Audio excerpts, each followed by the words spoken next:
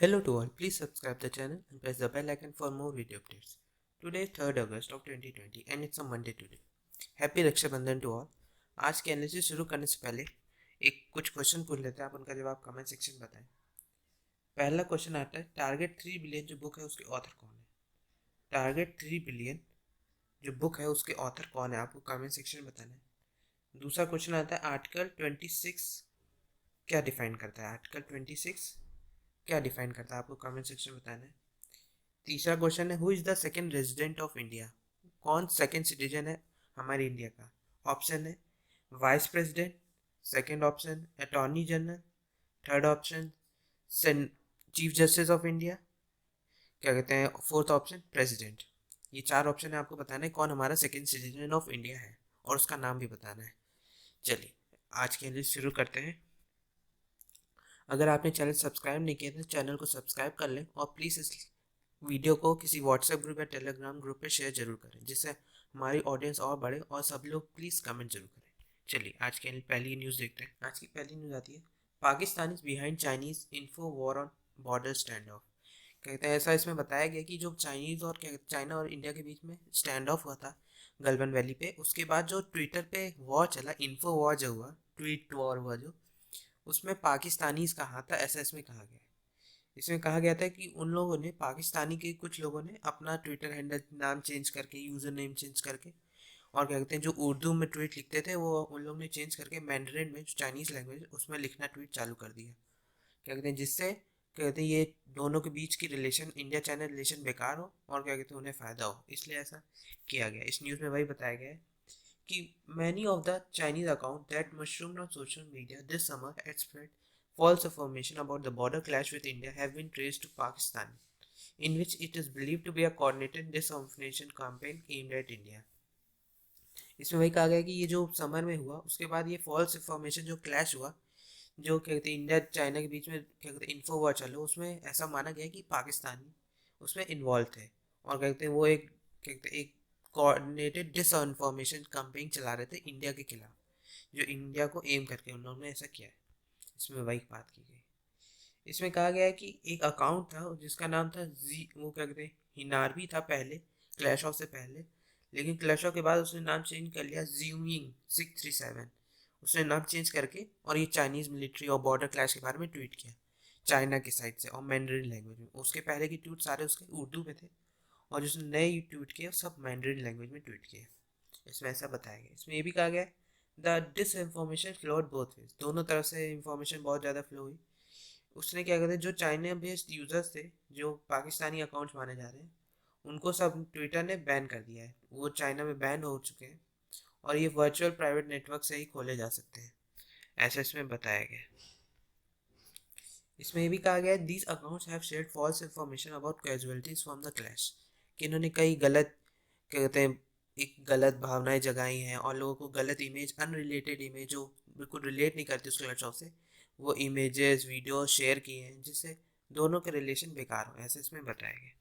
पूरे न्यूज़ में यह बताया गया कि पूरा जो इन्फो वॉर था इंडिया चाइना के बीच में, वो पूरा क्या कहते हैं बहुत क्या कहते हैं बहुत पाकिस्तानी क्या कहते हैं चाइना का यूज़र नेम बना के ट्वीट कर रहे थे जिससे दोनों के रिलेशन बेकार हो। इस न्यूज़ में पूरे में यही बताया गया। चलिए अगली न्यूज़ देखते हैं हम लोग। अगली न्यूज़ आती है, UP government recommends CBI probe into kidnap murder of technician. इसमें इंपॉर्टेंट रहता है सीबीआई, इसका न्यूज़ कंटेस्ट नहीं है। न्यूज़ का कंटेस्ट कोई इंपॉर्टेंट नहीं है क्योंकि ये एक टेक्नीशियन का किडनैप मर्डर हुआ है, उसके बारे में पूरी न्यूज़। उसमें यूपी गवर्नमेंट ने कहा है कि ये सीबीआई जांच होनी चाहिए और पता चलना चाहिए कौन उस पर दोषी है। तो इंपॉर्टेंट है सीबीआई, उसे अलग से देख लेते हैं। आप हमारे टेलीग्राम चैनल को सब्सक्राइब कर सकते हैं, क्वेश्चन 247, या डिस्क्रिप्शन पर दी हुई लिंक से भी कर सकते हैं। सीबीआई सीबीआई एक प्रीमियर इन्वेस्टिगेशन एजेंसी है जो क्या कहते हैं वर्क करती है सुपरिटेंडेंस में department of personnel, ministry of personnel और pension and public grievances, government of India के अंदर वर्क करती है। इसके जो ये प्रिवेंशन ऑफ करप्शन एक्ट के लिए भी वर्क करती है, सेंट्रल विजिलेंस कमीशन के साथ मिलकर ये वर्क करती है। एक नोडल पुलिस एजेंसी इंडिया की, जो एक इंटरपोल मेंबर कंट्रीज है उनके बिहाफ पे वर्क करती है। इसका कन्विक्शन रेट बहुत अच्छा है, 65 to 70% इसका कन्विक्शन रेट है और इसे one of the best investigation agencies माना जाता है। जो डायरेक्टर सीबीआई होते हैं वो इंस्पेक्टर जनरल ऑफ पुलिस होते हैं दिल्ली स्पेशल पुलिस एस्टेब्लिशमेंट के, वही इसके एडमिनिस्ट्रेशन के लिए रिस्पॉन्सिबल होते हैं। 2014 तक सीबीआई डायरेक्टर अपॉइंट किए जाते थे डीएसपी एक्ट 1946 के द्वारा। 2003 में डीएसपी एक्ट आया था, लेकिन 2014 में लोकपाल एक्ट पास हुआ, उसके बाद एक कमेटी बनाई जाती है उसके सीबीआई डायरेक्टर के अपॉइंटमेंट के लिए। और इस कमेटी के जो हेड होते हैं वो प्राइम मिनिस्टर होते हैं, अदर मेंबर्स होते हैं leader of opposition, leader of the single largest opposition party, chief justice of India और सुप्रीम कोर्ट जज इसके मेंबर होते हैं। होम मिनिस्ट्री एक लिस्ट भेजती है डीओपीटी को। डीओपीटी आप कमेंट सेक्शन में बताएंगे डीओपीटी क्या होता है, कि कमेंट सेक्शन में आपको बताना डीओपीटी क्या होता है। ये डीओपीटी जो होता है वो क्या कहते हैं चेक करता है कि जो लिस्ट है उसमें से किसी के ऊपर एंटी करप्शन केसेस या और भी कोई केसेस क्या कहते हैं चल तो नहीं रहे उसके ऊपर, जो क्या कहते हैं हमारी इमेज को, जो एक डायरेक्टर जो होती है इमेज सीबीआई की, उसकी इमेज को डैमेज करे, तो इसलिए उस पर टेस्ट होता है। उसके बाद लिस्ट वापस भेजी जाती है, फिर वो कमेटी जो है जो प्राइम मिनिस्टर हेड करते हैं वो सिलेक्ट करती है कि कौन सीबीआई डायरेक्टर बनेगा। डायरेक्टर ऑफ सीबीआई जो होते हैं वो उनको सिक्योरिटी मिलती है, 2 साल की टेन्योर होता है उनका, और सीवीसी एक्ट 2003 के द्वारा उन्हें सिक्योरिटी दी जाती है 2 साल के लिए। चलिए अगली न्यूज़ देखते हैं हम लोग। अब आता है आज का एडिटोरियल। आज के एडिटोरियल में एक क्या कहते हैं दो एडिटोरियल हैं, वो बिल्कुल सेम है थोड़े, क्योंकि दोनों रिवाइवल ऑफ इकोनॉमी के बारे में बात करते हैं। एक एडिटोरियल जो है उसने उसको लिखा है हमारे former prime minister Manmohan Singh ने, और क्या कहते हैं प्रवीण चक्रवर्ती ने। क्या कहते हैं ये दोनों जो एडिटोरियल है, दोनों क्या कहते हैं इकोनॉमी को रिवाइव करने के लिए बात करते हैं। ये पहला एडिटोरियल जो है कॉन्ट्रैक्शन स्लोस, इसमें कहा गया external lockdown a restriction ease the economy sees the first sign of recovery. जैसे लॉकडाउन के रिस्ट्रिक्शन स्लो हुए हैं, रीजमेंट आया, थोड़ा छूट मिली है, उसके बाद ही क्या कहते हैं रिकवरी के साइन आने दिख गए हैं। इसमें कहा गया the latest data on input is 8 core in main industry. जो 8 कोर मेन इंडस्ट्री थी उनमें काफ़ी ज़्यादा कॉन्ट्रैक्शन आया था, काफ़ी डिफिसिट हुआ था, काफ़ी घाटा हो रहा था उसमें, लेकिन अब धीरे धीरे उसमें घाटा कम हो रहा है, ऐसा इसमें कहा गया है। इसमें कहा गया है कि मई में जो कोल्ड स्ट्रेंथ था पास्ट पेज वो -15.15% था, लेकिन अब उसमें प्रोडक्शन 14% का डिक्लाइन कर गया है। रिफाइनरी प्रोडक्ट्स में जो होता था उसमें क्या कहते हैं इंडेक्स कंट्रीब्यूशन 28% का, वो श्रैंक करके 8.9% हो गया है, making an improvement of 21.3% contraction seen in the previous month. जो 28% पहले देखा गया था उसका 21.3% डिक्लाइन आया, और श्रैंक अब 8.9% ही किया है, तो थोड़ा सा इम्प्रूवमेंट है ऐसा इसमें कहा गया है। और जैसे हमने देखा कि अब इंट्रा स्टेट मूवमेंट भी चालू कर दिए, स्टेट टू स्टेट क्या कहते हैं मूवमेंट सब धीरे धीरे चालू कर दिए गए, तो इससे भी क्या कहते हैं ये इकोनॉमी को रिवाइव कर रहा है। लोग क्या कहते हैं ट्रांसपोर्ट हो रहा है, मटेरियल आ रहा है, इम्पोर्ट एक्सपोर्ट हो रहा है, तो क्या कहते हैं उससे और बढ़ रहा है। इसमें भी कहा गया electricity output to fell at a slower 11%, और क्या कहते हैं 14% उससे पहले रिवो क्या कहते हैं डिक्लाइन हुआ था, और धीरे धीरे क्या कहते हैं ये 8 कोर इंडस्ट्री थी उनमें भी जो श्रैंक था वो धीरे धीरे कम हो रहा है, और धीरे धीरे लग रहा है कि इकोनॉमी सही हो जाएगी। लेकिन सिर्फ फर्टिलाइजर ही ऐसी इंडस्ट्री थी जिसका to post growth for a second statement, जो सेकेंड महीने इतना ग्रोथ आया उसमें उसमें एक्सपेंशन दिखाई दिया। 4.2 पहले था, अब 7.5% आप पाया गया मई में। सिर्फ फर्टिलाइजर ही ऐसी कंपनी थी जिसमें इतना आया था।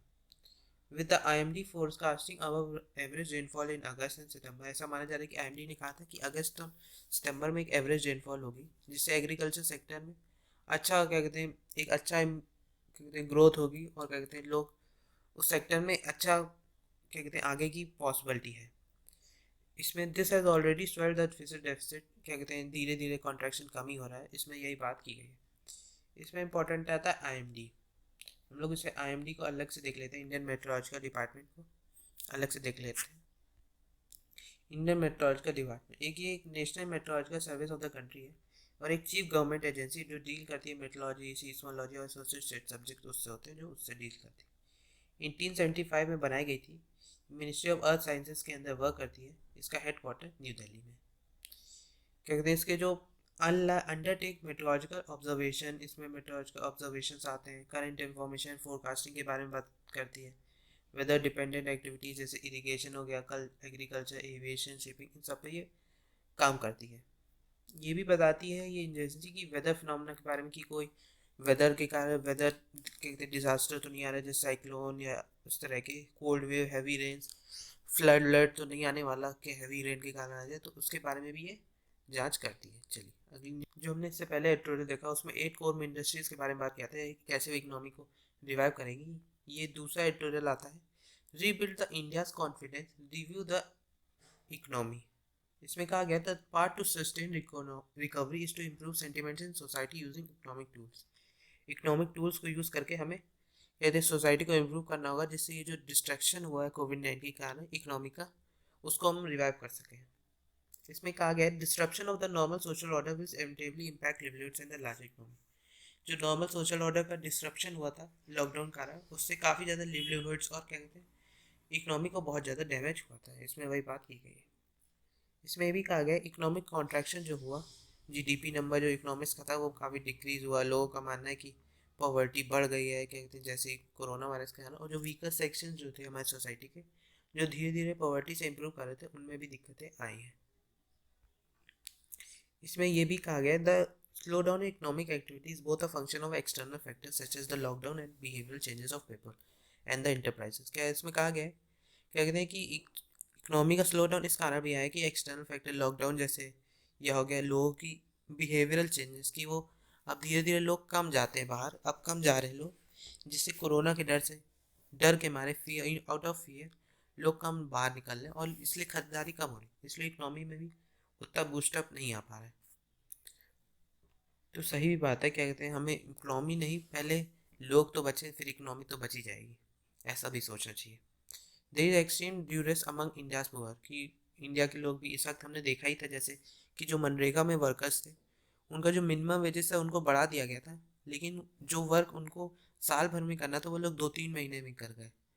काफ़ी लोग पूरा उनका जितना वर्क मिलता था पर साल, वो उन लोगों ने उतनी लिमिट कंप्लीट कर दी है, और उन लोगों का वर्क बढ़ाया भी गया थोड़ा बहुत, लेकिन वो भी ख़त्म हो चुका है। तो धीरे धीरे लोगों का वर्क मनरेगा से भी ख़त्म हो गया, मनरेगा वर्क जो होता है उसको भी ख़त्म हो गया। इसमें वही बात की गई है। इसमें ये भी कहा गया India must make use of loan programmes of international institution. India को वो भी लोन प्रोग्राम्स का भी यूज़ करना चाहिए, जो इंटरनेशनल मॉनेटरी फंड या वर्ल्ड बैंक से जो पैसा आया है उसको भी यूज़ करना चाहिए। और क्या कहते हैं इंस्टीट्यूशंस, क्या कहते हैं गवर्नमेंट को बोरो और नहीं करना चाहिए, जितना है पैसा उसको यूज़ करके हमें इकोनॉमी को बूस्ट करने में हेल्प करनी चाहिए। इसमें ये कहा गया। लास्ट में ये कहा गया without being lulled into complacency over illusionary recovery of headline number, the path to India's sustained economic revival is through the philosophical pursuits of improving confidence and sentiments of all in a society, using the economic tools of fiscal and monetary policy. ये जो फिसल और monetary policy है उसके तहत हमें India को economic revival लाना होगा, तभी हम इम्प्रूवमेंट कर पाएंगे। पूरे एडिटोरियल में यही बात की गई है। चलिए अगला एडिटोरियल देखते हैं। अगला एडिटोरियल है द सिग्निफिकेंस ऑफ द चार धाम बोर्ड वर्डिक्ट। ये सेटबैक है हिंदुत्व और history was state regulation of temples, ऐसे इसमें बात की गई। ये जो टेम्पल्स होते हैं उनका कहते हैं पूरी ज़्यादा एडमिनिस्ट्रेशन है वो स्टेट के अंदर आनी चाहिए, ऐसा इसमें कहा गया। इसमें कहा गया in a major setback to Hindutva arguments on the state's control of Hindu temple, कि एक हिंदुत्व आर्गूमेंट था कि स्टेट के जो कंट्रोल होता है हिंदू टेम्पल पर, उत्तराखंड हाईकोर्ट ने कहा था 21 जुलाई को कि स्टेट का कंट्रोल होना चाहिए, ना कि कहते हैं किसी इंस्टीट्यूशन का या किसी हिंदुत्व फोर्स से यूज़ करके ऐसा करना चाहिए। इसमें कहा गया the Hindutva forces blame the Congress party and secularism for this law were upheld by courts. कहते हैं कि हिंदू जो फोर्सेज हैं, जो ये चलती हैं हिंदुत्व फोर्सेज, जो उनकी आर्मी है हिंदुत्व वाली, जो हिंदू के नाम पे बहुत ज़्यादा कहते हैं दंगा करते हैं, तो वो लोग ब्लेम करते हैं कांग्रेस पार्टी को कि कांग्रेस पार्टी ने ये सेकुलरिज्म के कारण ये लॉ बनाए हैं, लेकिन ये लॉ कोर्ट के द्वारा बने, ना कि कांग्रेस पार्टी के द्वारा। तो क्या कहते हैं कोर्ट से हमें क्वेश्चन करने चाहिए, ना कि कांग्रेस पार्टी से, ऐसा इसमें कहा गया। द कोर्ट, जैसे हमने देखा ही है कि the supreme court in Narhari Shastri and others versus Shri Badrinath temple case जो था, उसमें कहा गया था कि Badrinath to be a public temple of Hindu not confined to any family or domination. ये तो बद्रीनाथ टेम्पल वो हिंदूज का टेम्पल है, सारे हिंदू का उसमें अधिकार है, हर हिंदू वहाँ पे जा सकता है, ऐसा होना चाहिए, ना कि किसी फैमिली के लिए हो या किसी स्पेशल पर्सन के लिए, उससे ऐसा नहीं होना चाहिए। वो एक पब्लिक क्या कहते हैं टेम्पल है, क्योंकि हिंदुत्व का है, तो हिंदू समाज के जितने भी लोग हैं सब उसमें जा सकें, ऐसा होना चाहिए। उस एक आर्गूमेंट के बाद आया था। एक ये भी आर्गूमेंट है कि one of the major arguments of Hindu victim is that the kind of state control is absent for, जैसा हिंदू विक्टिमहुड है वैसा मुस्लिम का वक्स नहीं है और ना सिख का गुरुद्वारा है। ऐसा माना जाता है कि but then as many as 27 waqf laws हैं, वक्फ लॉ 27 है। और जो शिरोमणि गुरुद्वारा प्रबंध कमेटी है उसने वो भी बनी थी 1925 में, उसमें भी कई लॉ आते हैं। जो आर्टिकल 26 है, the right to management under article 26, article 26 बताता है freedom to manage religious affairs. जो आर्टिकल 26 है वो बताता है freedom to manage religious affairs के बारे में, आर्टिकल 26 बताता है। हाई कोर्ट जो था उसने सनातन धर्म के ऊपर जो हिंदू डोमिनेशन ऑल सेक्ट है उसे पैराग्राफ 83 में कहा था, Hindu dharma is said to be sanatan, one which has external values, one which neither time bound nor space bound. Sanatan Dharma वो होता है जो कहते हैं किसी किसी वैल्यू में, जैसे ना कि टाइम वैल्यू या स्पेस बाउंड में क्या कहते बाउंड करे, वो ऐसा नहीं होता है। वो सबके लिए खुला होता है और सब उसको मान सकते हैं। लास्ट में ये कहा गया प्रॉपर्टीज ऑफ दिस टेम्पल भी continue to be owned by the deities and more provision will be vested with the board. कहते हैं जो ये प्रॉपर्टीज उनका पूरा प्रॉपर्टीज ये डीटीज और जो मेंबर्स हैं जो कहते हैं वर्क बोर्ड के, वो जो बोर्ड्स हैं उनके जो मेंबर हिंदू बोर्ड के, उनके अंदर आएगा, ऐसे इसमें कहा गया। पूरे एडिटोरियल में यही बात की गई। चलिए अगली न्यूज़ देखते हैं हम लोग। कहती है NGT stays felling of coconut region Agatti. कहते हैं इंपॉर्टेंट आता है एनजीटी, हम लोग एनजीटी को अलग से देख लेते हैं। एनजीटी स्टैब्लिश किया गया था 2010 में नेशनल ग्रीन ट्रिब्यूनल एक्ट के द्वारा। ये देख एक इन्वायरमेंटल कोर्ट है जो डिसीजन लेती है इन्वायरमेंटल मैटर्स और क्या कहते हैं कंजर्वेशन ऑफ फॉरेस्ट के ऊपर। इसके जो जुडिशियल पावर है ये सिविल इन्वायरमेंटल मैटर्स के ऊपर डिसीजन लेते हैं। जो स्ट्रक्चर है एनजीटी का उसमें एक चेयरपर्सन होता है, जुडिशियल मेंबर्स होते हैं, एक्सपर्ट मेंबर्स होते हैं और इनका टेन्योर 5 साल का होता है। इसमें री अपॉइंटमेंट नहीं होता है। इनका जो चेयरपर्सन होते हैं वो सेंट्रल गवर्नमेंट द्वारा सीजीआई द्वारा कंसल्ट करके अपॉइंट किए जाते हैं और एक सिलेक्शन कमेटी बनाई जाती है, उसके द्वारा जुडिशियल मेंबर और एक्सपर्ट मेंबर भी अपॉइंट होते हैं। एटलीस्ट 10 और मैक्सिमम 20 जुडिशियल मेंबर और एक्सपर्ट मेंबर हो सकते हैं। इसके जो पावर्स है जुडिक्शन है वो 7 लॉ के अंदर आते हैं, उसके अंदर ये वर्क करता है। ये water prevention and control of pollution act 1974, the water prevention and control of pollution act 1977, the forest conservation act 1980, the air prevention and control of pollution act 1981, the environment protection act 1986, the public liability insurance act 1991 और the biological diversity act 2002। In 7 law के अंदर। अगली news आती है NEP being pushed through without consultation. ऐसा कांग्रेस का कहना है कि नेशनल एजुकेशन पॉलिसी जो आई है वो उसमें मिस करती हैं बेसिक गोल्स, सरकमवेंट्स पार्लियामेंट्री स्क्रूटनी। जो पार्लियामेंट्री सेशंस होते थे उसके बाद कोई लॉ लाया जाता था उसको ये डैमेज कर दी, क्योंकि इससे पहले जो नेशनल एजुकेशन पॉलिसी इससे पहले आई है 2 बार इंडिपेंडेंस के बाद, ये तीसरी बार एजुकेशन पॉलिसी हमारी चेंज हुई है। तो इससे पहले जो बार आई है उनमें क्या कहते हैं वो पूरा एक पार्लियामेंट्री सेशन होता था, डिसीजन लिया जाता था, सबके वो क्या कहते हैं आर्गूमेंट्स को सुना जाता था, उसके बाद उस पर कंसल्ट करके सब बनाया जाता था उसको फिर से। लेकिन इस बार विदाउट किसी कंसल्टेशन के, ना किसी पार्टी के, कोई अपनी पार्टी में लोगों से बात करके इन लोगों ने बना दी है।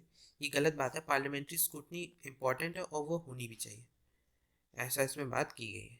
ऐसा कांग्रेस कह रही है कि पार्लियामेंट्री स्क्रूटनी हो, कंसल्ट किया जाए एक दूसरे से तब ये लाया जाए, ऐसा इसमें बात की गई।